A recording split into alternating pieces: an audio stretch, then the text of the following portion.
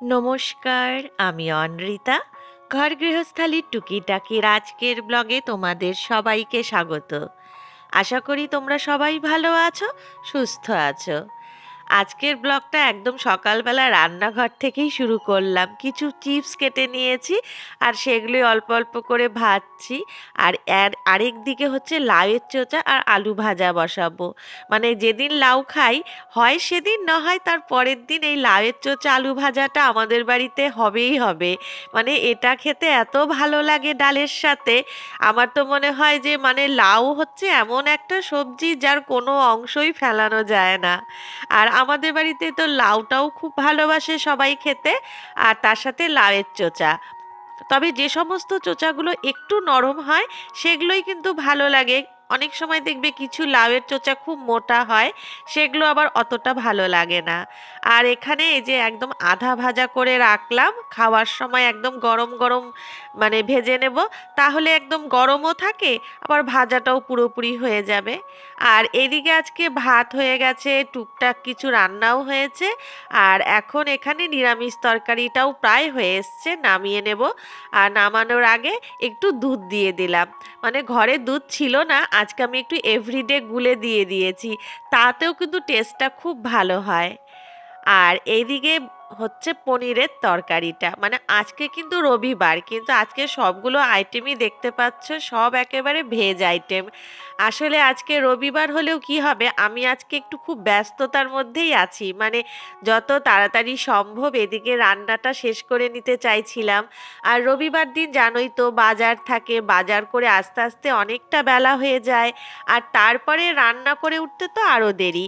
সেই জন্যে ভাবলাম যে ঘরে যা আছে সেগুলো দিয়ে আজকে আপাতত সেরে নেই।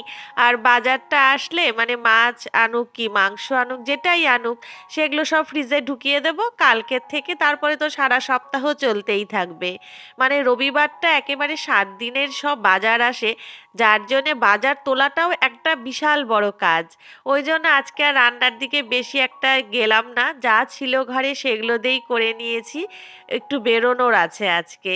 তো আস্তে আস্তে তোমাদেরকে বলছি কোথায় যাব, কেন যাব, সবটাই তোমাদের সাথে শেয়ার করব। আর ওদিকে র্যাকটা খুবই ধুলো পড়ে গিয়েছিল, তাই একটু কোনো রকম করে মুছলাম। খুব যে নিট অ্যান্ড ক্লিন করেছি তা কিন্তু না, একটু কলিন দিয়ে মুছলে আরও ভালো হয়। কিন্তু আজকে আর মানে সময়টারও অভাব আছে, আর দেখলাম যে এত ধুলো পড়েছে আর তাকানো যাচ্ছে না, যার জন্যে একটু হালকা করে মুছিয়ে নিয়েছি। আর এইখানের এই জামা কাপড়গুলো কালকের জামা কাপড়, মানে তোমার একটু ভেজা ছিল, যার জন্যে সকালবেলায় আবার রোদে দিয়েছি। দেখতেই পারছো সোয়েটার, তো সোয়েটার তো সহজে একদিনে শুকোতে চায় না। তো আজকেও সকালবেলায় বেশ কিছুক্ষণ রোদে ছিল, এখন নামিয়ে নিয়ে এসে এগুলো ভাঁজ করে জায়গা মতন রেখে দেই। আর এই কাজটা করতে করতে তোমাদের সাথে কয়েকটা কমেন্ট শেয়ার করি। যেমন টগরি হাজরা বলেছে, দি ভাই তোমার কথা আর হাসি মুখটা যেন সমস্ত কষ্ট ভুলিয়ে দেয়। অনেক দিন পর কমেন্ট করছি, কিন্তু সব ব্লগ কিন্তু দেখে নিয়েছি। Thank you so much. এত ভালো কমেন্ট পেলে কার না ভালো লাগবে বলো। চুমকি সরকার বলেছে, দিদি তোমাকে রোজ দিন কমেন্টে বলি তোমার বাড়ির নিচের সব কয়টা ঘর আর উঠোনটা দেখাবে প্লিজ একদিন। আসলে দেখো উঠোনটা কিন্তু আমি ব্লগে বেশ কয়েকবার দেখিয়েছি, মানে আমার গাছে জল দেওয়া কি আমার বাসন তোলার থেকে শুরু করে যা যা কাজগুলো করি, তাতেই কিন্তু উঠোনটা মোটামুটি সবটাই দেখানো হয়ে গিয়েছে। অনেক সময় ফুল তুলতে যাচ্ছি কি মানকচু ডাঁটাটা কাটা, এরকম টুকটুক করে কিন্তু উঠোনটা প্রায় দেখানো হয়ে গিয়েছে। আর নিচের যে ঘর তার মধ্যে রান্নাঘরটা তো মোটামুটি আমি ওখানেই রান্না করি, তো আমার ওখানে মোটামুটি অনেক কিছুই দেখানো হয়ে গিয়েছে। রান্নাঘরটা অনেক সময় হয়তো বাইরের থেকেও ভিডিও করি, তাতে তোমরা পুরো রান্নাঘরটা হয়তো দেখেই থাকবে। আর বাইরের ঘরটাও আমি বেশ কয়েকবার দেখিয়েছি। মাঝের যে ডাইনিং স্পেস যেখানে সবাই খাওয়া দাওয়া করি, তো সেই জায়গাটাও কিন্তু বহুবার দেখানো হয়েছে।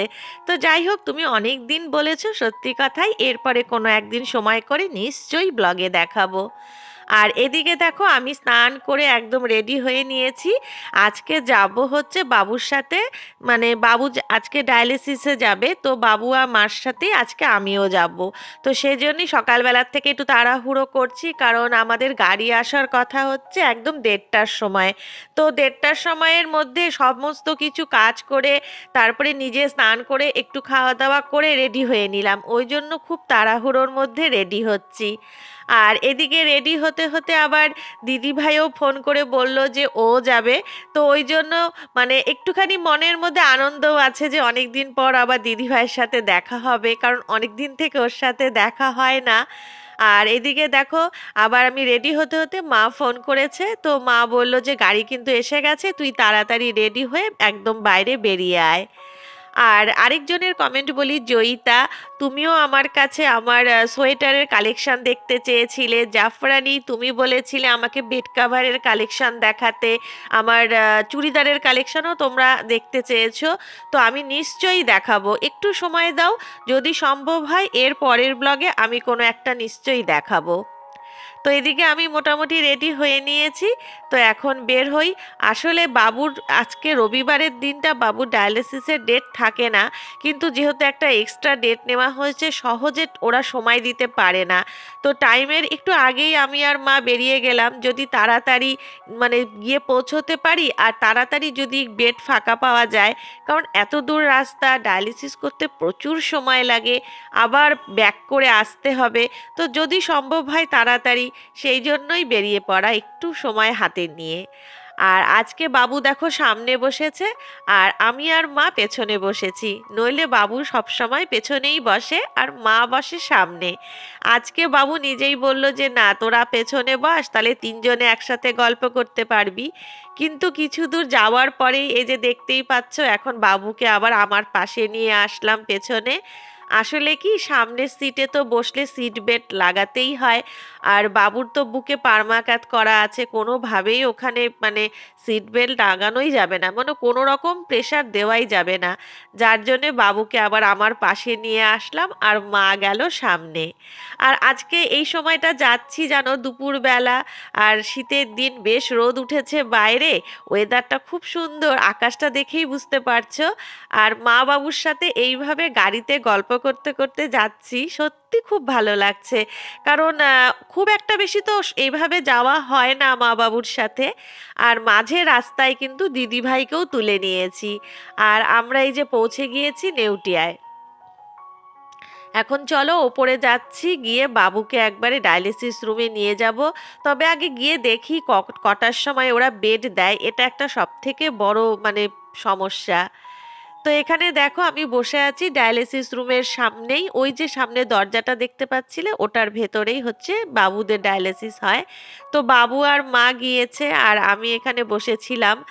আমি না সহজে ভেতরে যেতে চাই না, কারণ আমার ওই সমস্ত ওষুধপত্র বা একটা নার্সিংহোমের গন্ধ, এই সমস্ত কিছুতেই যেন শরীরটা কেমন লাগতে থাকে। তো যতটা পারি ওই জন্য বাইরেই ছিলাম। তো এখন আমি আর দিদিভাই বের হলাম, এসেছি পাশে একটা মল আছে সিটি সেন্টার, এখানে। এখানে আসলে দেখতেই পাচ্ছ কি সুন্দর সাজিয়েছে, 25শে ডিসেম্বর একদম সামনে, যার জন্যে খুব সুন্দর সাজিয়েছে। তবে আজকে এখানে কিন্তু কোনো শপিং করতে আসিনি, আসলে আমি আর দিদিভাই বাইরেই বসেছিলাম, মাও বসেছিল আমাদের সাথে। মাঝে অনেকটা সময় কিন্তু মানে পার হয়ে গিয়েছে। তো বাবুর বিপিটা বারবার লো হয়ে যায়, তো অনেকে অনেক কিছু বলে, আর এই সময় দেখবে যা হয়, যে যেটা বলে মনে হয় সেটাই শুনি। তো অনেক সময় অনেকে বলে যে যখন হট করে বিপিটা এরকম লো হয়ে যাবে, যদি ক্যাডবেরি, বিশেষ করে ডার্ক চকলেট থাকে, ডার্ক ক্যাডবেরিটা থাকে, এক টুকরো মুখে দিয়ে দিলে হয়তো বা কোনো উপকার হলেও হতে পারে। তো এটা ভেবেই আমি আর দিদিভাই আবার ছুটে আসলাম যে চল গিয়ে তাহলে বাবুর জন্য আগে একটা নিয়ে আসি চকলেট। তো এখানে দেখছিলাম যে কোন চকলেটটা নেব। ডার্ক চকলেটের মধ্যে আবার অতিরিক্ত মানে যেটার মধ্যে বেশি থাকবে কফি, অতিরিক্ত তিতকুট লাগে, তো একটু খেতে কেমন লাগে। তো যাই হোক ওখান থেকে বেছে একটা নিলাম।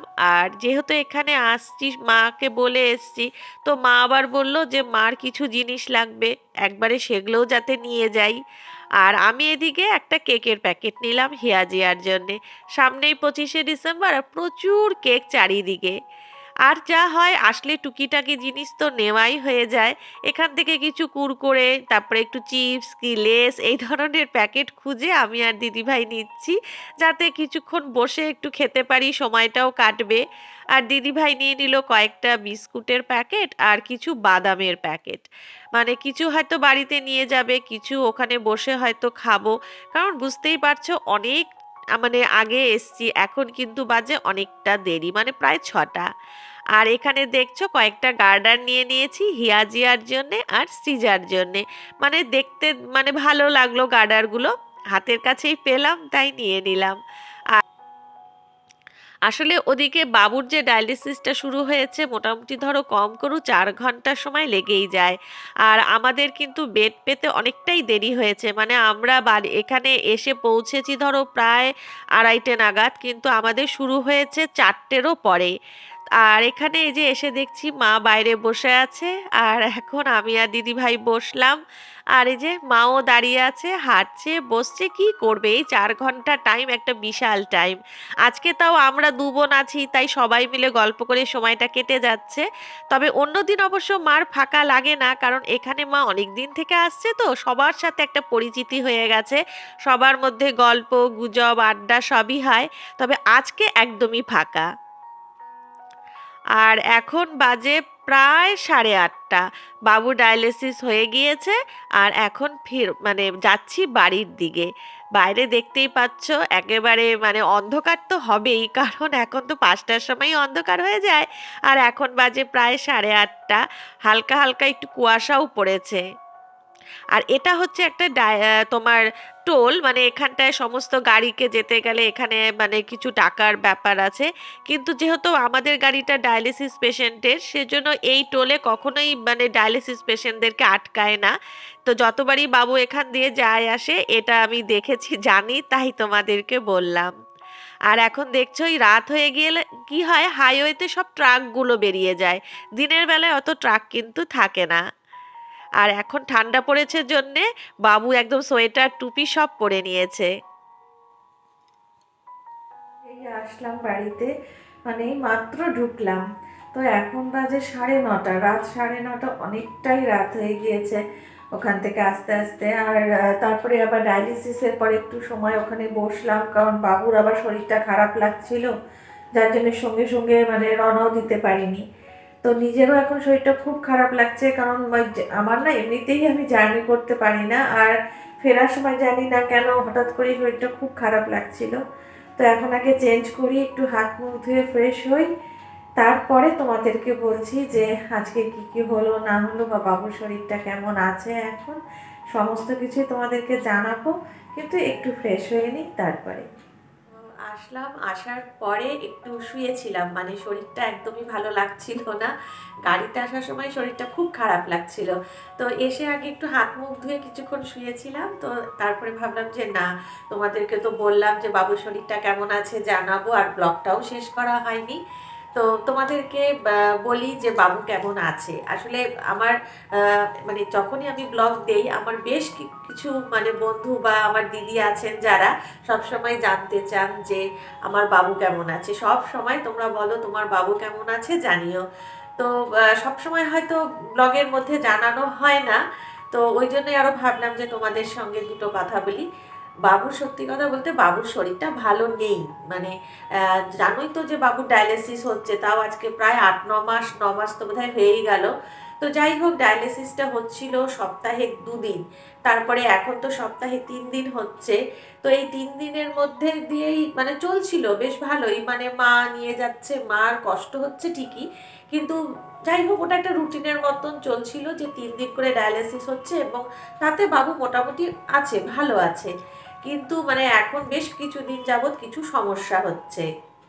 সমস্যা বলতে হচ্ছে মানে এখন বাবু ডায়ালিসিস করতে গেলে কি হচ্ছে যে বিপিটা খুব লো হয়ে যাচ্ছে। মাঝে তো কিছুদিন ছিল যে সুগার ফল করে যাচ্ছিল, তারও আগে ছিল সুগার প্রচণ্ড হাই ছিল, মানে এত বেশি সুগার তখন হাই ছিল যে এত মানে হাইয়ের জন্যই ডায়ালিসিস করা যাচ্ছিল না। তো যাই হোক, তারপরে তো সেটা ডাক্তারের সঙ্গে কনসাল্ট করে অনেক ওষুধ বা ইনসুলিন নিয়ে এখন সুগারটা ঠিক আছে, সেই একটা সমস্যা মিটলো। এবারে আবার প্রবলেম হচ্ছে বাবুর বিপিটা খুব লো হয়ে যাচ্ছে। অথচ বাবুর কিন্তু একসময় এত বেশি প্রেশার থাকতো যে মানে 3টে করে প্রেশারের ওষুধ খেয়েও বাবুর প্রেশার নামতো না। তো সেই মানুষটা ডায়ালিসিসের পর থেকে এখন আবার এমন হয়েছে যে প্রেশারটা এত লো হয়ে যাচ্ছে যে ডায়ালিসিসটাই হয়তো মাঝপথে বন্ধ করে দিতে হচ্ছে। তো মাঝে মাঝে এই সমস্যাটা হচ্ছে জন্য কি হচ্ছে, ডায়ালিসিসটা ঠিক মতন করা যাচ্ছে না, ডায়ালিসিসটা মানে রোজই হয়তো হাফ ডান হয়ে বন্ধ করে দিতে হচ্ছে। এর মধ্যে তো একদিন এমন অবস্থা হয়েছিল যে মানে একটু কিছুক্ষণ পরে পরে তো মা গিয়ে বাবুকে দেখে আসে, সব সময় তো আর ওখানে থাকতে দেয় না। তো মা গিয়ে দেখছে যে বাবুর মনে হচ্ছে শরীরটা খারাপ লাগছে। তো বাবুকে জিজ্ঞেস করাতে বাবু বলল যে হ্যাঁ একটু শরীরটা কেমন লাগছে, সুগারটাই ফল করলো কিনা। তো ওখানে যারা থাকে টেকনিশিয়ান, তো ওনাদেরকে তাড়াতাড়ি মা বললো যে একটু এসো তো, তোমাদের কাকুর মনে হচ্ছে সুগারটা ফল করেছে নাকি। এই কথা বলতে বলতেই মা পেছন ঘুরে দেখছে যে বাবু এতটাই, বাবুর শরীরটা খারাপ হয়ে গেছে যে বাবু আর কথা বলতে পারছে না, চোখগুলো একদম স্থির হয়ে গেছে, মানে একদমই অন্যরকম চেহারা। তো যাই হোক, সঙ্গে সঙ্গে যারা ছিল ওখানে ওরা তো সঙ্গে সঙ্গে দৌড়ে এসছে এবং মাকে তো ওখান থেকে সঙ্গে সঙ্গে বের করে দিল। তারপরে তো ওদের যা যা মানে করার ছিল সেগুলো করে বেশ কিছুক্ষণ পরে যখন বাবু একটু ভালো হলো আর কি, স্টেবল অবস্থায় এসছে, তখন মাকে আবার ডাক দিয়ে ওরা ভেতরে নিয়ে যায়। মানে এরকম আর কি, মানে ব্যাপারটা হচ্ছে যে মানে ঠিক মতন ডায়ালিসিসটাও এখন হচ্ছে না, এই বিপিটা লো হয়ে যাচ্ছে জন্যে। এটা একটা বড় সমস্যা। আর মাঝখানে বেশ কিছুদিন মানে ডায়ালিসিসটা ঠিক মতন হয়নি জন্য কি জলটা ঠিক মতন বেরোচ্ছে না, আর যার জন্যে জল কিছুটা থেকে যাচ্ছে। তো আবার অতিরিক্ত জল থেকে গেলে ওটার থেকে আবার আরও সমস্যা হয়ে যায়, যেমন এর আগে বুকে জল জমে গিয়েছিল, সেগুলো আবার তখন বের করা, অনেক অনেক সমস্যা। মানে একটা দুটো সমস্যা না গো, একটা সমস্যা মেটালে আরও মনে হচ্ছে হাজারটা সমস্যা চলে আসছে। তো এই জন্যই আজকে রবিবার, তো রবিবার দিন বাবু ডায়ালিসিসের ডেট থাকে না, কিন্তু ওই যে বললাম বেশ কয়েকটা পরপর ডায়ালিসিস ঠিক মতন করানো যায়নি, সম্ভব হয়নি বাবু শরীরের জন্য। সেই জন্যই আজকে আরো এক্সট্রা একটা ডেট নিয়ে মানে বাবুকে ডায়ালিসিস করতে নিয়ে গিয়েছিলাম। তো আমি তো যাই না, দিদি ভাই হয়তো মাঝে সাঝে যায়। মানে বুঝতেই পারছো আমাদের যা হয়, নিজেদের সংসার নিয়ে এত বেশি ব্যস্ত হয়ে যায় যে একটু যে বাবুর সাথে বা মার সাথে যাব সেটা পারি না। সত্যি কথা, মানে মা একাই এই যুদ্ধটা করে যাচ্ছে। আর আজকে যেহেতু রবিবার, আর এর আগে শুনেছি যে রবিবার করে মানে বাবু যেখানে করে শিলিগুড়ি নেউটিয়াতে, তো ওখানে রবিবার করে ডায়ালিসিসটা বন্ধ থাকে, মানে খুব বেশি হলে হয়তো 3-4 জনের হয়, মানে সেদিন ওরা বন্ধই রাখে, কারণ ভেতরের সব কাজ থাকে, মেশিনেরও তো একটা পরিষ্কার বা ওদের যা যা করণীয় থাকে আর কি, এই সমস্ত কাজের জন্য রবিবারটা একদমই বন্ধ থাকে, হয়তো 3-4 জনের জন্য মানে জাস্ট একটু খোলা থাকে। তো মা রবিবার দিনই ডেটটা নিয়েছিল, তো জানি রবিবার দিনটা ফাঁকা থাকবে একদমই। এমনিতেই নার্সিংহোমটা সেদিন একটু ফাঁকাই থাকে, যারা ভর্তি তারা, এছাড়া তো মানে সেদিন আউটডোরগুলো সব বন্ধ, মানে একটু ফাঁকাই থাকে। তো আর রবিবার দিনটা আমার একটু সুবিধে ছিল, কারণ তোমাদের দাদাও বাড়িতে থাকবে, হিয়াজিয়াদেরও পরীক্ষা শেষ। তো সব কিছুই করে আমি মাকে বললাম যে তাহলে আজকে আমি তোমার সাথে যাই। বিশেষ করে মানে পরপর কয়েকদিন বাবু এমন শরীরটা খারাপ হয়েছিল, তোমাদেরকেই বললাম এই মাত্রই। তো মাও স্বাভাবিক ব্যাপার, মা তো একটু ঘাবড়ে যাবেই। আমরা শুনে আমাদেরই এত খারাপ লাগে যে মা ওই সময়টা একা একা কতটা যে টেনশন নিয়ে বাইরে বসেছিল, এটা ভাবলে খুব খারাপ লাগে। মানে যতই হোক পাশে তখন যদি আরেকটা লোক থাকে না, মানে কি হয়, একটু মনে সাহস পাওয়া যায়, ভরসা পাওয়া যায় যে হ্যাঁ আরেকজন আছে। তো আমার মা এমনিতে খুব শক্ত মনের মানুষ, আমি সবসময় তোমাদেরকে বলি। তো যতই শক্ত হোক, বাবু সেদিন যখন ওরকম হয়ে গিয়েছিল, তাই আমি আর দিদি বলছিলাম যে কি কষ্ট যে আমি বা তুই কেউ সাথেও ছিলাম না, যে মাকে একটু সাহস দেবো বা মা নিজে একটু মনের জোর পাবে যে না ওরা আছে সাথে। তো ওই সমস্ত চিন্তা করেই যেহেতু মানে দেখলাম যে রবিবার আমার খুব একটা অসুবিধা হবে না, তাই মার সাথে আমি গিয়েছিলাম। আর আমরাও যাচ্ছি, ওদিকে দিদি ভাইয়েরও, মানে বললাম না রবিবারটা সবাই ভাবি যে ঠিক আছে বাড়িতে তো থাকে হাজব্যান্ডরা, আমরা মেয়েদেরকে হয়তো হাজব্যান্ডের কাছে রেখে যেতে পারবি। ওই জন্য দিদিভাইও সেদিন বললো যে তোরাও আসছিস, তাহলে আমিও যাই। আর সত্যি কথা বলতে হঠাৎ করেই মানে একসঙ্গে তো অনেকদিন থেকে হওয়া হয় না, দিদিভাইয়েরও মনটা খারাপ অনেকদিন থেকে, মার সাথেও সেরকম ভাবে সময় কাটানো হচ্ছে না। দেখা হচ্ছে না তা বলবো না, কিন্তু দেখা হয়, মানে রোজই মা যখন বাবুকে নিয়ে ডায়ালিসিস করে ফেরে, দিদিভাই মানে ওর বাড়ির থেকে সামনে একটা মোড় আছে, ওখানটায় গিয়ে মার সাথে বাবুর সাথে দেখা করে, তারপরে তো টুকটাক জিনিস দেওয়া নেওয়া এগুলো আছেই। তো যাই হোক, তো সেজন্য ও আমাদের সাথে গিয়েছিল যে একসঙ্গে কিছুক্ষণ সময় থাকি, মার সাথে থাকি, আর বাবুর একটু ভালো লাগে, কারণ একটু পর পর তো আমরা ভেতরে যাই, বাবুর সাথে হয়তো একটু কথা বললাম, বাবুকে কিছু খেতে দিলাম, একটু খাইয়ে দিলাম, তো বাবুরও ভালো লাগে যে হ্যাঁ আমার দুই মেয়ে সঙ্গে আছে। এটা আমি বুঝতে পারি, বাবু মানে না মুখে না বললেও আমি বুঝি যে আমি আর দিদিভাই সাথে থাকলে বাবু খুব খুশি হয়। তো যাই হোক, এই কারণেই আজকে যাওয়া, তো তোমাদেরকে সবটাই জানালাম। আর এখন রাত বেশ ভালোই হয়েছে, আমারও শরীরটা ভালো লাগছে না, একটু খাওয়া দাওয়া করে তারপরে শুয়ে পড়বো। তো চলো আজকের ব্লগটা এখানেই শেষ করছি, তোমাদের সঙ্গে দেখা হচ্ছে আবার পরের ব্লগে। আর তোমরা সবাই ভালো থেকো, সাবধানে থেকো, সুস্থ থেকো।